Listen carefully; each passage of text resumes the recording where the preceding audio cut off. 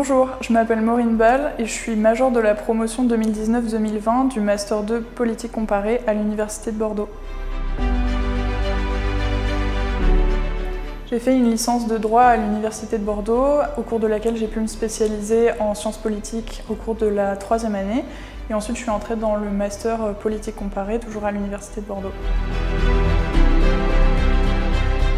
Je suis actuellement doctorante contractuelle. Je fais une thèse en sciences politiques sur l'écoféminisme dans le cadre de l'Institut de recherche Montesquieu et je suis chargée de TD en droit constitutionnel à l'Université de Bordeaux. Je suis entrée en licence de droit avec pour projet de devenir commissaire-priseur afin d'allier le droit et l'histoire de l'art. Mais je me suis rendu compte pendant ma licence que ce qui me plaisait vraiment, c'était la recherche en idées politiques. Donc aujourd'hui, j'aimerais me consacrer à l'enseignement et à la recherche afin de transmettre mes connaissances et mener des travaux de recherche. Je conseille ce master aux étudiants et aux étudiantes qui sont intéressés par l'analyse des idées et des régimes politiques. Le point fort de ce master, c'est de recourir à la comparaison et à la pluridisciplinarité, ce qui permet de traiter des sujets par le biais du droit, de la science politique, de la philosophie et de la sociologie.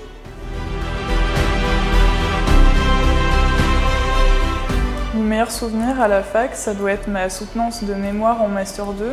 D'abord parce que ça a été l'aboutissement de 2 années de travail, mais aussi parce que les retours m'ont permis d'avoir la confiance nécessaire pour me dire que je pouvais continuer dans la recherche.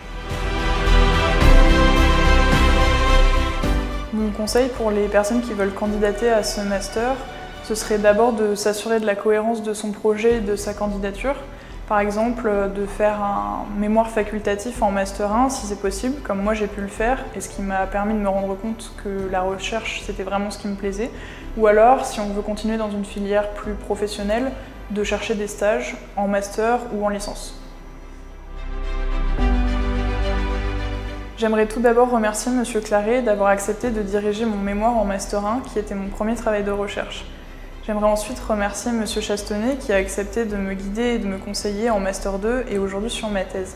Et enfin, j'aimerais remercier Mme Darip, ma professeure d'histoire de l'art au lycée, qui m'a toujours encouragée à faire de longues études et qui m'a montré que j'avais les capacités pour le faire.